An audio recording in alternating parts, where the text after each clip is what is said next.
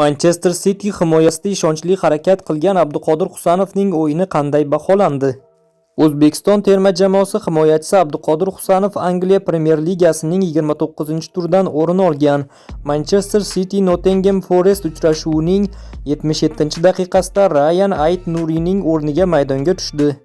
Uchrashuv davomida Husanov 12 marta to'p bilan muomala qildi. Himoyachi jami 9 ta uzatma amalga oshirgan bo'lib, ularning 8 tasi aniq manzilga yetib bordi. 89% aniqlik. SofaScore portali o'zbekistonlik futbolchining harakatlarini 6.7 ballga loyiq ko'rdi. Nottingham Forestning g'alaba goliga mualliflik qilgan Elliot Anderson o'yinning eng yaxshi futbolchisi deb topildi. 8.4 ball. Uning 76-daqiqada kiritgan goli jamoasini mag'lubiyatdan qutqarib qoldi. Manchester City yarim himoyachisi Bernardo Silva esa 8.4 ball bilan o'yinning ikkinchi eng yaxshi futbolchisi bo'ldi. Ushbu bahsda durang natija evaziga shaharliklar 29 ta o'yindan so'ng ochkolari sonini 60 taga yetkazib olgan holda APL turnir jadvalida ikkinchi o'rinni egallab turibdi.